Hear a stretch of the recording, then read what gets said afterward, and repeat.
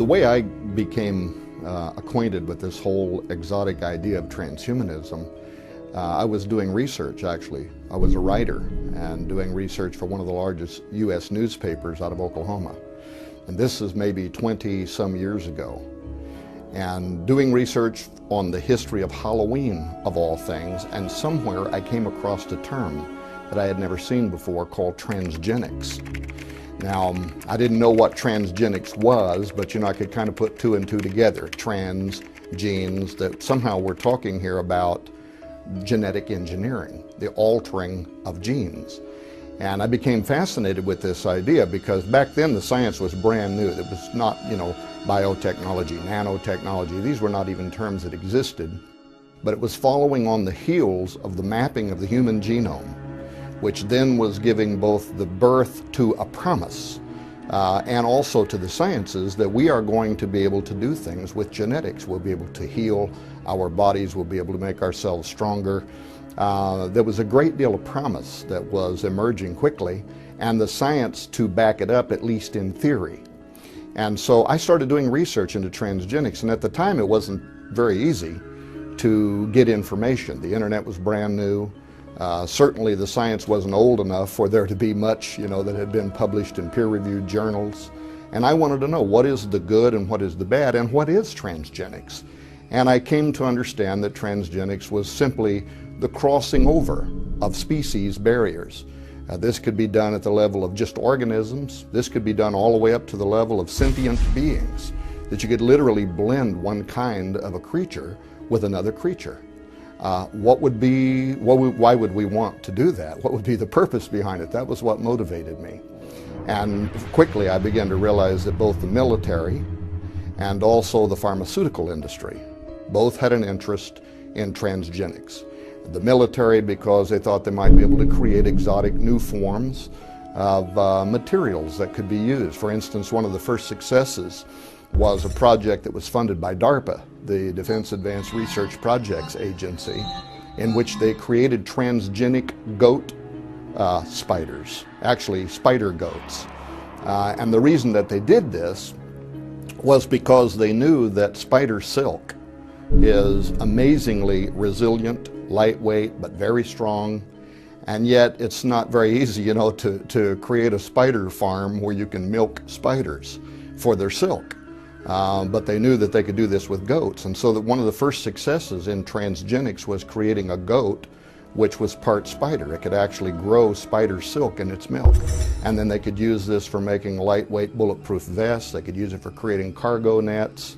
But since that time until now, as we may discover later on in this discussion, it has become far more sophisticated in terms of the military's interest and the amount of dollars that are flowing into research that grew out of those early forms of transgenic science. On the other side of transgenics, which is probably the biggest part of where the funding is coming from today, is in the pharmaceutical industry. Pharmaceuticals, why? Because the industry often has to labor with the FDA to try to get permission to do testing of new drug therapies on human subjects. It's very daunting, that task, to try to get a promising new remedy potentially for some kind of debilitating disease, and then to be able to take and start trying that medicine, which is unproven on human test subjects, is not easy to do. Well, the pharmaceutical industry saw right away that they would be able to take animals and put human DNA into the animals, create a human-animal chimera, and then they could work around this problem with getting permission from federal agencies to do human experimentation, and now they could test new drugs in human-animal chimeras to see how the human elements of that creature might respond in a way that they're hoping for with these drug therapies. That too has also grown a great deal since those original transgenic experiments, in that now, of course, what the public most usually hears about is human-animal chimeras that are being created for the purposes of developing stem cell lines, and then the stem cell lines can be used for testing new therapies in hopes that we're going to lead to cures for a variety of human diseases and ailments. Anyway, it was the discovery of transgenics. And my interest in why we would have an interest in funding research into crossing over species barriers that then led me to discover that behind these emerging fields of science was a new cultural movement called transhumanism. And transhumanists are made up today really of all walks of life, everything from college kids to old hippies to academics and professionals. It has become a cultural movement, and it's quickly growing. It's international. Today there's a Christian Transhumanist Association, there's a Buddhist Transhumanist Association, there's a Muslim Transhumanist, there's a Mormon Transhumanist, and then there's just a Transhumanist Association. And for whatever reason, I've had the privilege of somehow becoming connected with some of the leading figures in the world in this area. In fact, Dr. James Hughes, who was the president of the World Transhumanist Association, when he was still the head of the WTA, contacted me and asked if I would come on his syndicated radio show, which is called Change Surfer Radio. Dr. Hughes is a bioethicist. He teaches at Trinity College in Hartford, Connecticut. He's a sociologist. He was and is really the man, the top shelf, if you will. So I agreed to do his show. And I went on his show, and not very well prepared either, but to debate the ethics of crossing over species in barriers in ways that are completely unnatural. And why would we want to do that? Now, of course, as a Christian, and I would probably still consider myself a conservative Christian, I believe in a divine order. In other words, I believe that God was at the beginning of creation, and God, for whatever reasons, placed barriers between the species and ordered that each kind would only reproduce after its own kind.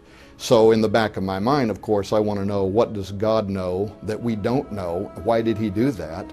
But then I would say that even if you didn't believe in divine creation, if you are an evolutionist, what we are doing now was not allowed for by evolution either. Natural selection has not done what we are now doing. And so for me, it was a cause for alarm that, you know, they talk about throwing off the balance of nature. We were talking about doing it in ways that a former generation could not have even imagined. So today, the World Transhumanist Association had an original cause. It was really to bring international attention to the idea that through emerging fields of science, we would soon be able to alter what it means to be a human, literally rewrite our DNA, alter ourselves by altering our genetic makeup, create humans, Homo sapiens 2.0. The movement today is often called H+, which just simply means humans plus. A transhuman is in a transitionary state of being. They are human. They are wanting to transition into something else, but ultimately they want to become a post-human, something that has become so radically altered from what we are today as to no longer even be considered to be human. And they imagine creating Homo sapien 2.0 through the use of technology, from neuropharmacology to nanotechnology, genetic engineering, stem cell sciences, robotic assistance, brain-machine interfacing, all of the new fields of science that could have an application for human enhancement is important to the transhumanist movement. Now, the World Transhumanist Association had an original goal of bringing international attention to the movement, and there was a point at which they believed that they had succeeded at doing that. And so they dropped the World Transhumanist Association name and changed it to the IEET, the Institute for Ethics and Emerging Technology. Dr. Hughes is also now the CEO or the president of the IEET, and most of the most well-known names in the world that are also involved in transhumanism, such as Nick Bostrom of Oxford University, are chairs or members of the IEET. So somehow, I never set out to somehow become involved as the nemesis, if you will, of the transhumanist movement, and I've actually became friends with people like Dr. Hughes. He has since been on my radio show. We recently did a series where we were talking about the question, are we alone in the universe, which was raised by the Royal Academy of Scientists out of the UK. And we had him come on, and he talked about, future space travel from a transhumanist point of view, and how our bodies could be enhanced to make us more adaptable to zero gravity states and things like that. So, but the movement is very serious, and it's being taken very serious in the world today, from academia to university studies, and you'll be surprised to find out the amount of revenue literally in the tens of millions to the billions of dollars that are flowing into this futuristic dream of transhumanism now, and the adaptation of various fields of science, which will be used in the very near future to alter what it means to be a human. The science is being developed now according to the world's best and government experts. It's being tested in laboratory settings and is slowly being adapted so that it can be used as a tool for actually altering what it means to be a human.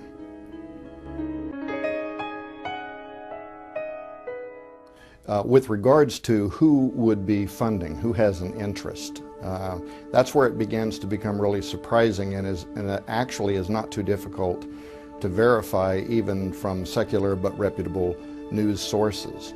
For instance, if you were to go to Google today and type in transhumanism, you would find something like 250,000 web pages now around the world that are dedicated to both the study, philosophy, but this new worldview called transhumanism.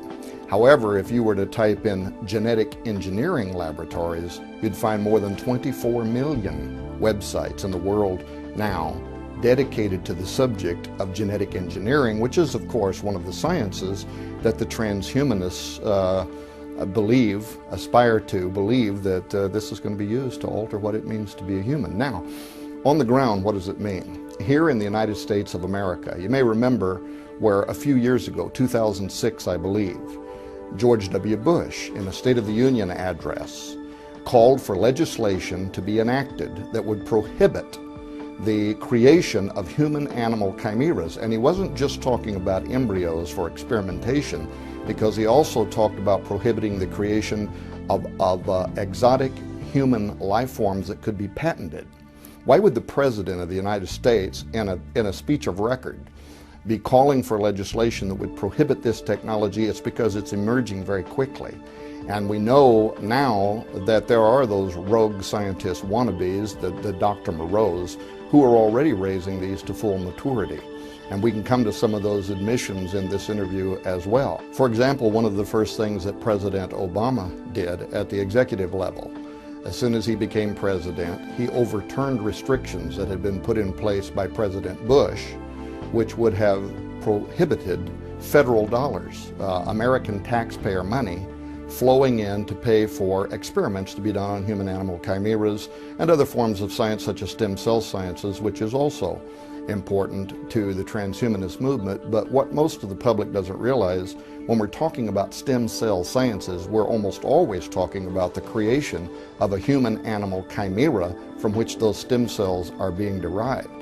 But now tax dollars in the United States from the federal level are flowing into thousands of laboratories. In the state that I live in Missouri, for instance, there is a farm that is raising transgenic pigs that are part human. They're using these pigs to actually grow organs in a test in the hopes that these humanized organs in the pigs can then be transplanted into people who are on donor waiting lists. Now, you know, years ago they called this xenotransplantation, and they had hoped to just implant entire pig organs inside humans, but the human bodies in the tests kept wanting to reject these pig organs. Now, though, with human DNA actually growing inside of a pig, we may be able to create an organ that can solve this problem of organ donation. But that kind of funding from the federal level now is flowing into states in a way that had been prohibited under the Bush administration. But it goes deeper. In 2006, a fantastic thing happened. The Department of Health, which is the largest department in the United States of America which funds research into health issues, provided $773,000 to Case Law School in Cleveland, Ohio, for one reason: to develop over a 24-month period the guidelines that will be used, according to their own press release at Case Law School, used for creating policy for human enhancement regarding the next step in human evolution. Max Melhelm, who is the law professor and a bioethicist at Case Law School, was given the responsibility of leading the team of 24 to 36 months field study, if you will, using actual test subjects. Human subjects, according to the original press release, would be used for devising how policy, government policy, can be extended to human non-humans. Well, because this started in 2006, and we knew that the target ending date for this study, which was being done not just by Max Melhelm, but law professors, bioethicists, genetic engineers, people who work in the fields of genetic alteration, that within 24 months to 36 months this field study would be done. 2009 was the target date for the report to be issued. So I waited with bated breath. In what way did Case Law School actually use human test subjects to provide what the government wants, guidelines to be used for human enhancement, to set the policy for how, for instance, will the Constitution, how will the Bill of Rights be extended to a human non-human? How much of a living entity has to be human before it can be protected under our laws? Must it be 90% human and 10% something else, 50% human? So I wanted to know. Well, the end of the test came and no public statements have been forthcoming. But what I noticed was that Professor Melhelm now, immediately at the end of the study, started traveling the United States giving lectures at universities. And he's giving two different lectures, and this is the title of his lectures. One is called Directed Evolution, Public Policy and Human Enhancement. And the second lecture he's given now is Transhumanism and the Future of Democracy. And you can go to the Arizona State University, and that second lecture is actually available as a podcast. You can download the lecture, unless they remove it from the time this film is made until the time somebody might go there to download it, but you can actually go and download it. So here you not only have the President of the United States loosing federal funds to go into research on human-animal chimeras, stem cell lines, various kinds of laboratory experiments on humans that could then be applied later on down the road through a transhumanist philosophy, the use of those technologies, but it's actually being funded through the U.S. Department of Health to actually set the policy and guidelines for how the law will be applied to human non-humans. It even goes deeper. The Defense Advanced Research Projects Agency, DARPA, has for over the last decade been funding, to the tune literally of billions of dollars, research into what they call the Extended Performance Warfighter. They have since removed the document, the original document on the Extended Performance Warfighter program from DARPA's own website, but a person can Google and find the same articles that were originally published being cached across the internet. The interesting parts about the Extended Performance Warfighter is that it even includes literally altering the DNA of soldiers.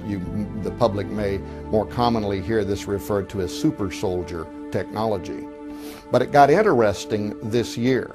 The 2011 budget for DARPA, which can be downloaded at Wired magazine if a person wants to go and read the DARPA budget, allows millions of dollars for what they are calling biodesign.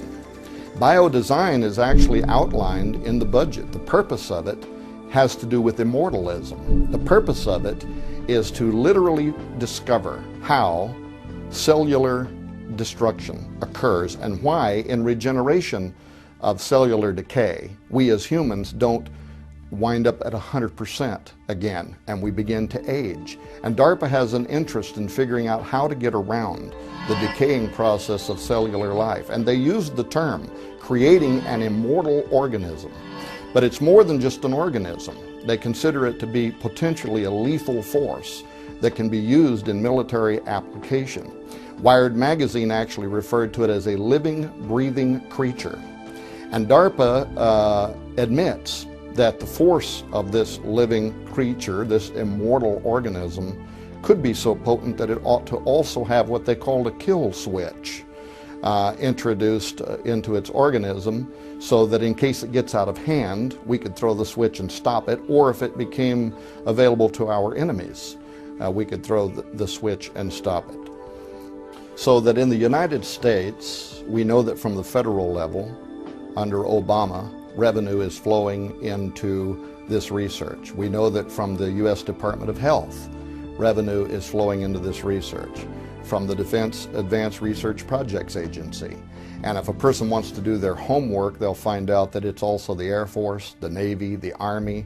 All of our military laboratories are funding now, to the tunes of millions and billions of dollars, research into fields that also include the altering of their soldiers for the purposes of having total battlefield domination in the future. But a person should also be aware that this technology is not just limited to the United States of America. In Australia, in China, in Great Britain, all around the world, literally tens of thousands of laboratories are receiving both federal and private funding for this kind of research. In the United States, even when Bush had called for restrictions on federal funding, it didn't stop the research here. It simply was being done through private grants and private dollars. There were no laws that were stopping people from doing human-animal research here. But now it starts to get really interesting in that even the scientific community is making admissions, which of course I was suspicious of anyway for some time. There was a Reuters article about 6 months ago called "Scientists Want Debate on Animals with Human Genes." And it turns out that the scientists that were being interviewed were the same scientists that 24 months ago were involved in what was called the human embryology discussions out of Great Britain. Laboratories wanted to receive federal funding, public money, to finance their investigations and experiments, which included altering humans and altering animals, at least at the embryonic stage. And there was such public outcry in Britain about it that the government decided to have a public forum, and they allowed different people, ethicists, bioethicists, even religious scholars, to weigh in on the question of whether or not it would be ethical to begin altering humans at, of course, in the beginning, the embryonic level, but later on perhaps to full maturity. At the end of those discussions, and there were some very interesting things during the discussions, by the way. For instance, the Vatican had 2 bishops present during these discussions, and the 2 bishops for the Vatican weighed in saying that if a woman participated in these experiments by providing eggs or ovum, and then later if she had a conflict of conscience and decided that she wanted to raise this half human, half animal as her own child, that she ought to have the right to do so. And I believe that the Vatican's bishops were not really making that argument in sincerity as much as they were trying to illustrate the tortured ethics, the kind of unanswerable questions about, do they have a soul? In Israel, some of the religious scholars in Israel have weighed in, talking about if we create a transgenic animal or clone a transgenic animal and it is part cow, how much of it would need to be human before it would be protected under our laws, and or if the majority of it was cow, could we then offer it as a burnt sacrifice? So illustrating once again that there really isn't any way to wrap any kind of Judeo-Christian ethic around what we are now doing, but it hasn't stopped us from doing it. Well, those scientists who have been receiving funding now from the British government for the past 24 months are back. And the Reuters headline, "Scientists want public debate on animals with human genes," was very specific in that they want to know how far the public now would be willing to let them go. And there were 2 things in this Reuters article that were very telling. One, the scientists themselves admitting that among the scientists involved in this research, they are comfortable now with up to 50% human-animal integration. See, the public mostly is still under the impression that this is being done at the embryonic level and that the amount of human DNA in a transgenic animal is so minute as to be excusable. Well, what we learned in this article is it is up to at least 50% human-animal integration, and that the scientists involved with it are comfortable. But where they want the debate to go now is, can we raise these to full maturity in the public's knowledge and experiment on part humans, part animals that are fully grown?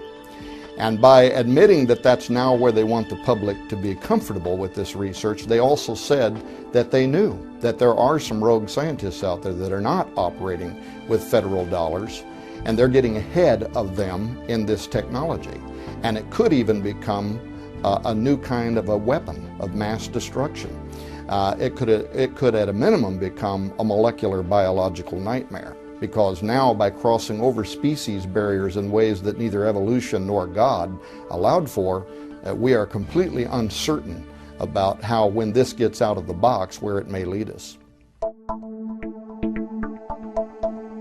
To answer the question, what would be the benefits of transhumanism through the eyes of a transhumanist, I can tell you, because some of them are my friends and I have had the opportunity to debate with them. And when I say friends, I don't mean that I share their worldview whatsoever, but we have, cordial conversations. It's diplomatic. And I believe in the sincerity, for instance, of men like Dr. James Hughes. Dr. Hughes would never advocate for anything, I think, that he believed would be detrimental to the future of society. So much of their ideas are altruistic in the sense that they're selfless and they're perceived to be for the good of society as a whole. For instance, longevity. One of the key objectives of transhumanism is to extend our lifespans. People who are either transhumanists or who are friendly to the transhuman vision, such as Aubrey de Grey, who is a member of the Methuselah Foundation, the whole commitment of which is to, either through diet or even more advanced applications such as genetic engineering, learn how to do things that will bring about the end of human suffering and disease and therefore lead to longer lifespans. Learn how, through genetic engineering, for instance, to perhaps turn off what is happening when tumorous cancers are growing in our bodies.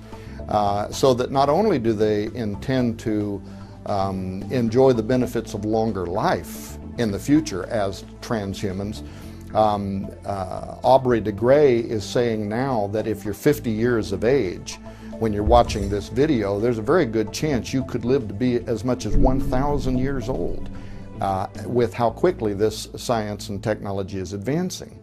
But the transhumans don't just want to extend life, because, as you know, some people watching this might say, you know what, why would I even want to live to be 1,000 years old? I'm kind of ready to get out of here now, you know, with the way that the world is going.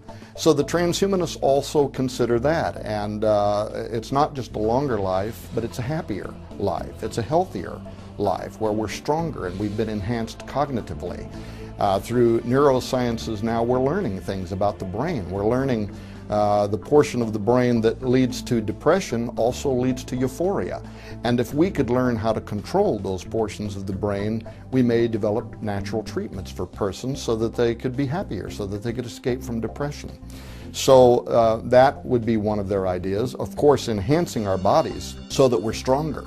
The elimination of pain. You know, right now I go out and dig a hole, and within 1 hour, man, I'm ready for some cold tea and a place to throw up my feet. But these future enhanced bodies would be able to perform at levels that, perhaps only 25-year-old weightlifters right now do it, and we would be talking about people who may be 150 years of age that can run for miles.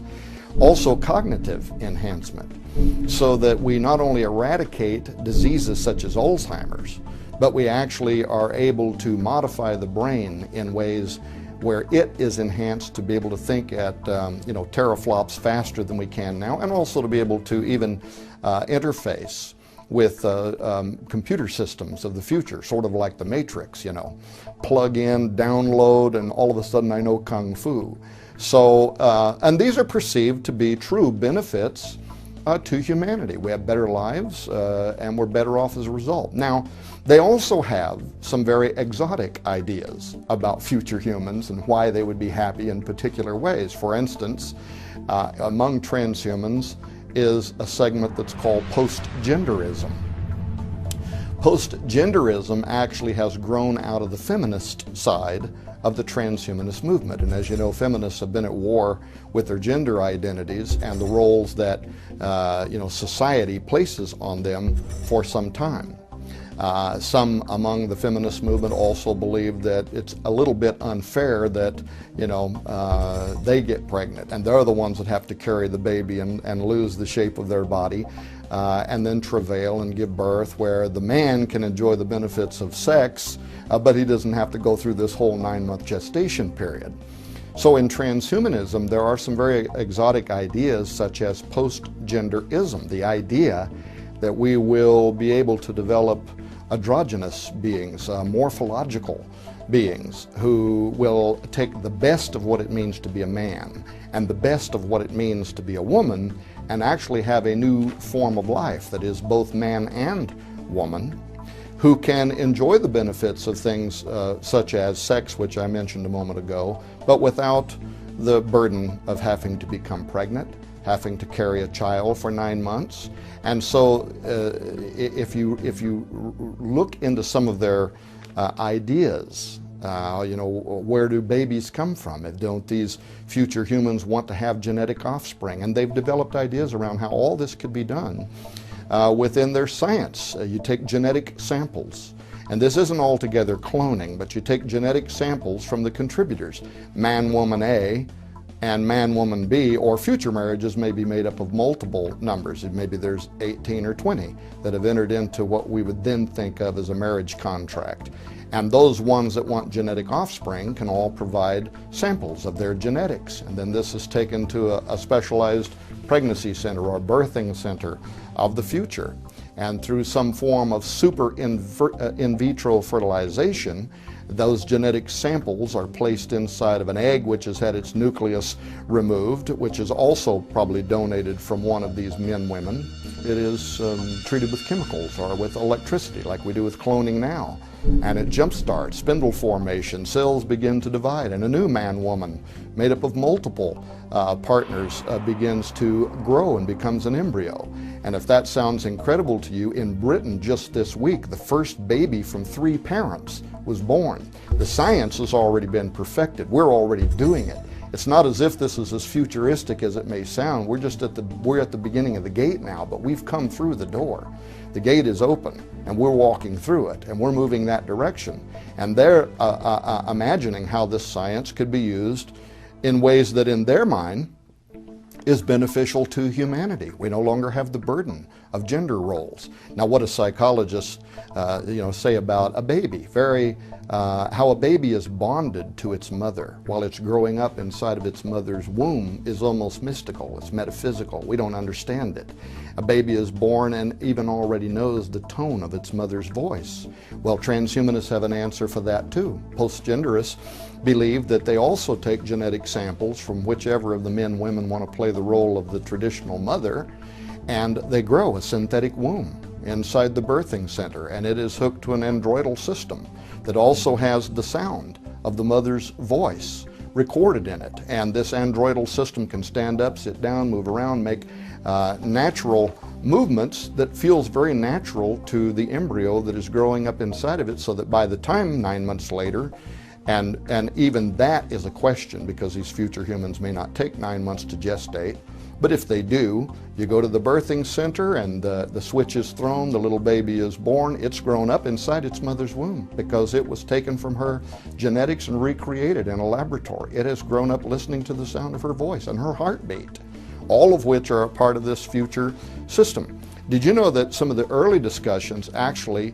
were around creating clones who would then be anesthetized, not even aware that they're alive, and their wombs would be used for gestating these children, and then afterward the clone, if not legally defined as a human, could be discarded. It would simply be a system for saving man, woman A from the burden of having to carry a child. But many of even within the transhumanist, philosophical community, simply couldn't tolerate that idea, and so they advanced it to growing a synthetic womb which could then be used for the gestation period.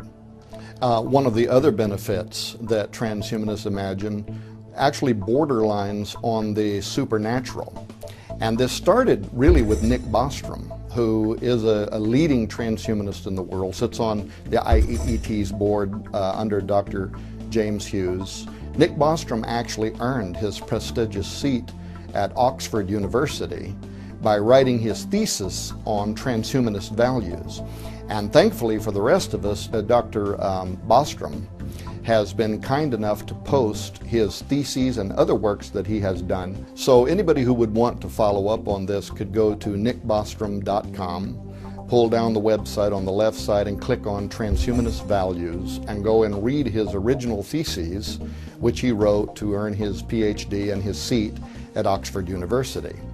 It's interesting because Bostrom doesn't claim any kind of religious ideology, but he has diagrams in there that he uses when he gives his lectures at universities and also at the Transvision conferences, which are taking place every year now for about the past decade at leading law schools and universities around the world, in which the arguments are being detailed now, worked out among law scholars on how the laws and policy of our government will be extended to protect transhumans of the future and future democracy. But if you click on it and you look at some of the charts that he has created, for instance, he has one that's kind of a large rectangle. And in this rectangle, he describes this rectangle as representing all possible modes of perception, modalities, sensory modalities. Down in the corner, he draws a small circle, and he says this circle represents humans. The limits of our perception, modes of perception or sensory modalities, our eyesight, hearing, taste, feeling, and how far it extends into all possible modes of perception. Then around that, he draws a larger circle, and he says this is the animal kingdom.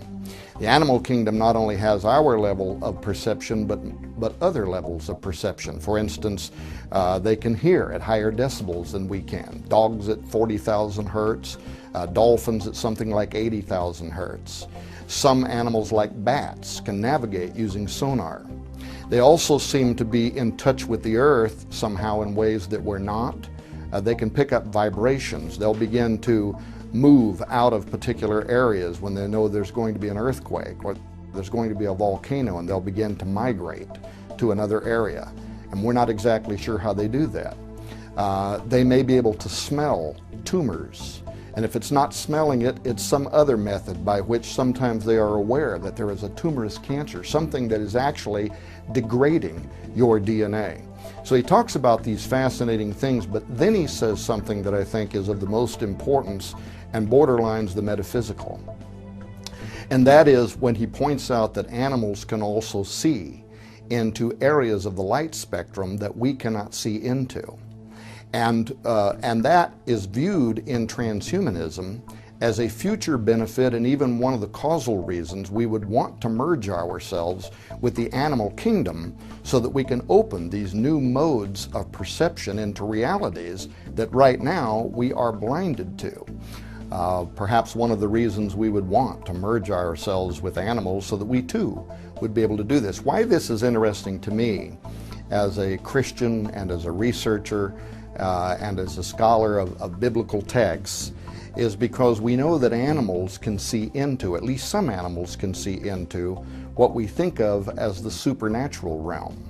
And it isn't just extra biblical texts that seem to imply this, but even in the Bible. For instance, the story of Balaam's donkey.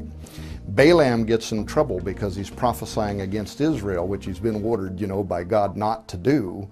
And so now he's on his donkey and he's going down the road. Well, the donkey can see something that Balaam cannot see. There's a large angel standing in the middle of the road with its sword drawn, and it's going to take off dumb Balaam's head. And Balaam doesn't know why the donkey keeps turning out of the way, and so he keeps kicking him to get him back on the road, and the donkey's trying to save his life. A great deal of extra biblical research has also been done that seems to show that animals sometimes are responding to something that we can't see. And in fact, probably the average person, at least at one time in their life, have saw their dog growling at something that isn't there as far as we can tell, or maybe even behaving in a way. You have a dog that's vicious, it's brave, it's not afraid of anything, and then all of a sudden a strange feeling comes over you and the dog senses it too, or the dog may even run and hide under the bed. So they seem to be reacting to something that we can't see with our eyes.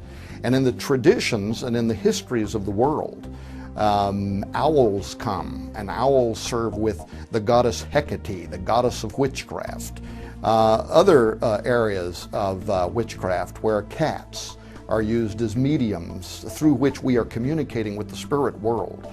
That idea has been with humanity since forever, but what made it real to me, of course, is the depiction out of the Bible, at least in one illustration, where an animal can see something the humans cannot see. That is definitely in the back of the mind of many of these transhumanists. And they are bravely wanting to go where no modern man has gone before, in breaching that barrier that is between us and them.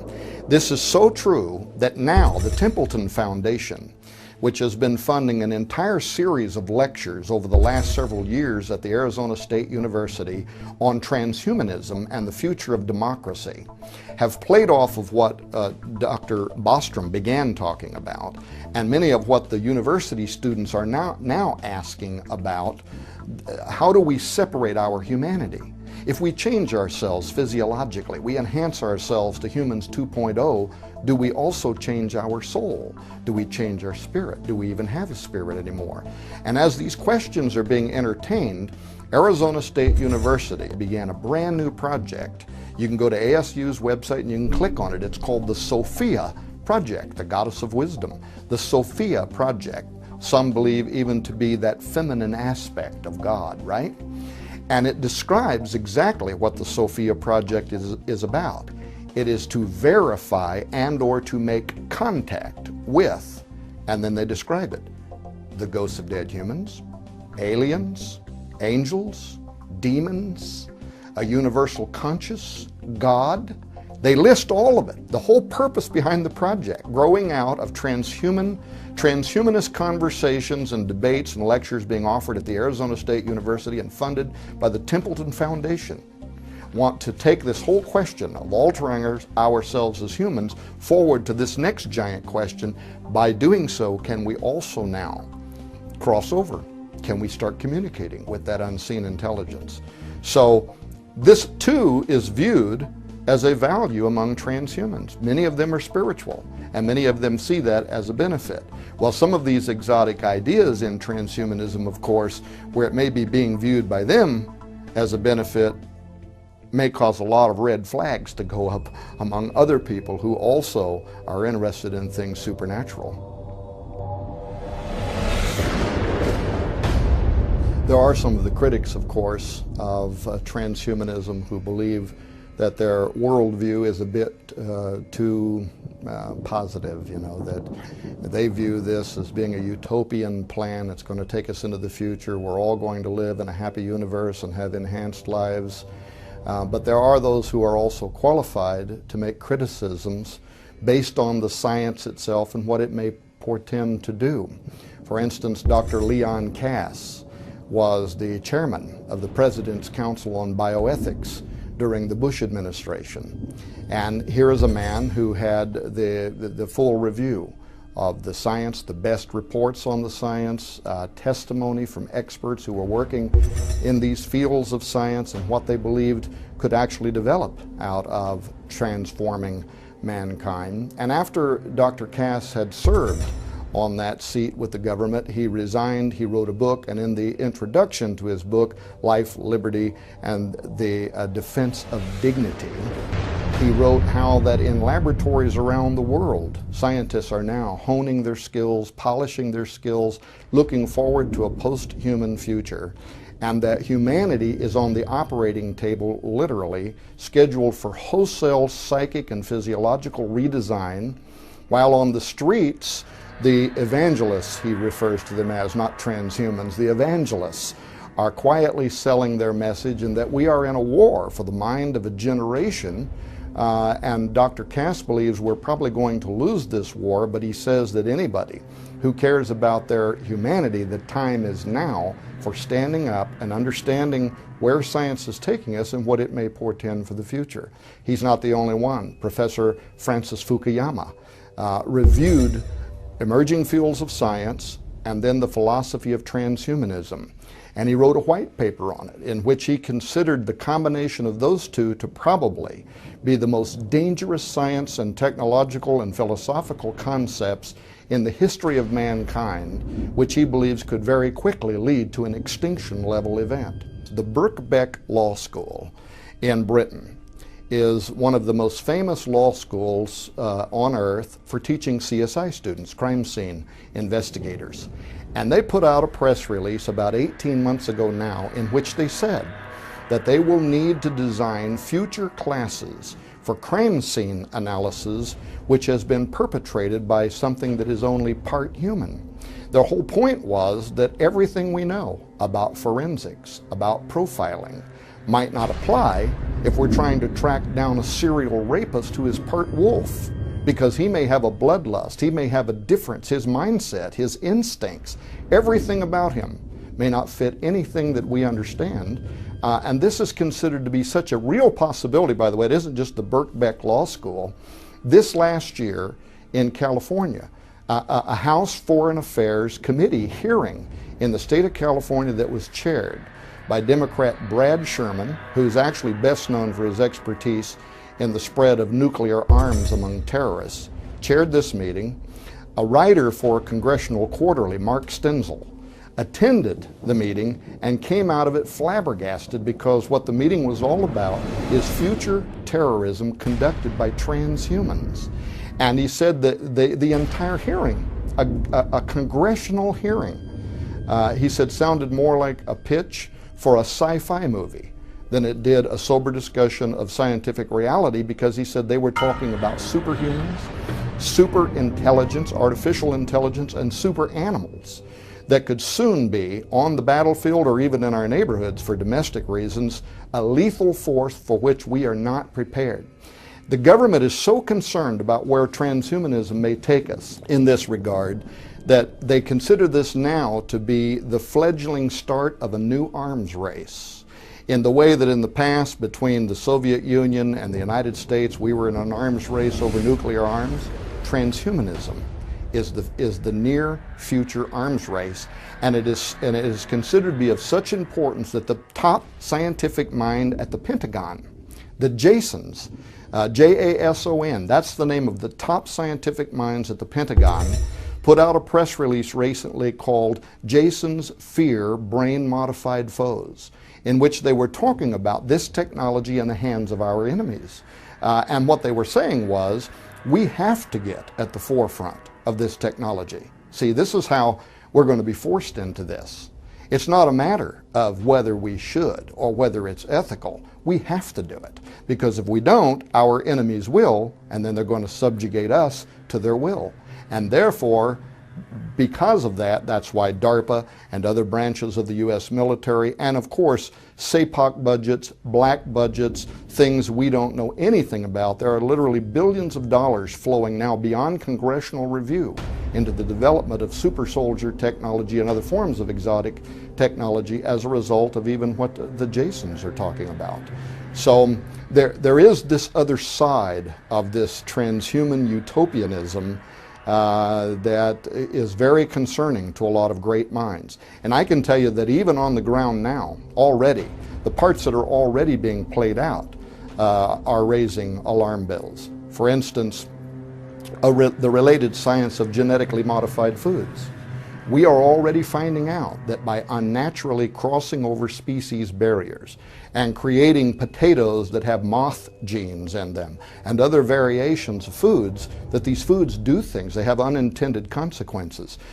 Tests that are being done now in Britain where they're raising fields of genetically modified crops, and downwind the populations are developing respiratory diseases that are unusual, that are starting to skyrocket. There have been suppressed scientific studies. Arpad Pusztai is one famous case. His studies were supported by another independent scientist by the name of Irina Ermakova, who was able to repeat what he did. What did he find? He took rats and he forced these rats to eat genetically modified foods. They began developing tumorous cancers. Their offspring came in at half weight and died at half life. This was all done in a laboratory setting which was immediately being suppressed by a giant corporation whose name I won't mention, but who literally stands to lose trillions of dollars in the future, and therefore they are highly motivated to suppress these findings. And only because of Greenpeace and some others who have been involved in lawsuits for over a decade to force these documents to be made available to the public are we just now being made aware of some of the things that are happening in the real world. One of the test studies showed that they would put rats in a cage and starve them. And then they would place genetically modified potatoes here and natural organic potatoes here. And when they open the cage doors, the rats will run to the organic product and they won't even eat the genetically modified crop unless they're starving and have no other options, and then they'll eat it. And you gotta wonder what God's little creatures know about these products that we don't know, but we very well could be opening a door to a molecular biological nightmare, to a crossover between humans and animals, or genetic foods that probably not for a decade will we really understand what the impact on our health is going to be with some of this genetic modification. But imagine now, extrapolate what we already are finding about genetically modified crops. And there are many other stories, by the way, that are now coming through into the news that show that genetically modified crops are leading to cancers in humans as well. But where are genetically modified crops? They're everywhere. They're in Kellogg's Corn Flakes. Genetically modified soy is in food products in every store in the United States of America.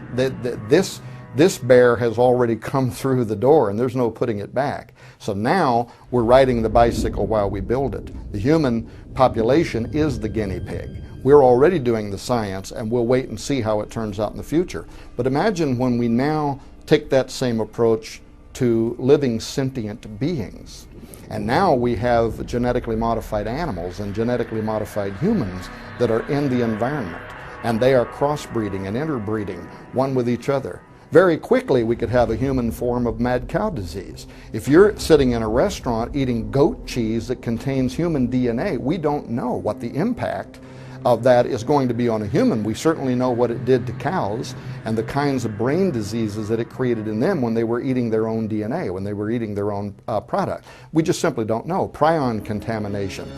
Wired magazine recently wrote a special article called Farm Animals, P-H-A-R-M, Farm Animals Crank Out Drugs. And the article was a positive spin on developing pharmaceuticals in transgenic animals. What the public doesn't know is that the writer for Wired magazine contacted me first and wanted me to be part of that special series at Wired magazine because they had come across an article that I had written at WorldNet Daily, which was raising some cautions about, tinkering with God's plan. So the writer, Elizabeth Svoboda, contacted me. I like what you have to say. I want my article to be balanced for Wired magazine. Would you be willing to send me some issues, nutshell some issues that you believe should be, the cautionary side of this science? So I did. I sent it to Elizabeth Svoboda. About 3 weeks later, when the article was published by Wired magazine, nothing I had said made it into the article. It was all positive about farm animals, P-H-A-R-M.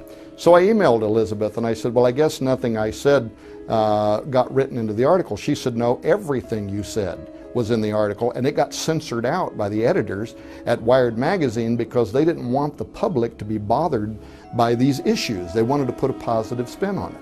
Well, then I went back and read the article, and I knew she was telling me the truth because there was a particular line that I had used in which I said we might want to be careful tinkering with God's plan. That's a very specific phrase. When I went back and read the article, I saw where a scientist by the name of Vandelavore said, now some people might say we shouldn't be tinkering with God's plan, but, she said, if we find a cure for cancer through a transgenic animal, we won't hear the public saying you shouldn't be doing that.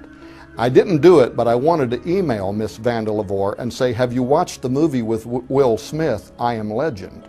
Because that is exactly the scenario with which that film opens. You have a molecular biologist or a geneticist sitting in front of a television on somebody's talk show saying, we have found the cure for cancer. How did they find the cure? They merged human and animal DNA because some animals are more resilient to cancer. And out of that, they created a vaccine. And they vaccinated all of the earth, and everybody celebrated that we have found the cure to cancer. Now the scene changes, and it's 2 or 3 years down the road, and almost all life on earth is dead. Why?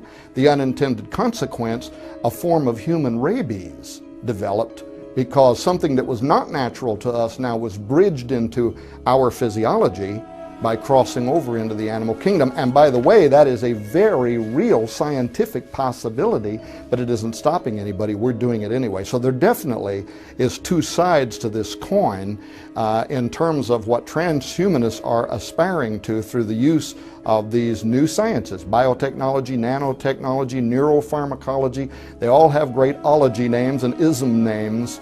But what they may do is lead us literally into the fulfillment of biblical prophecy.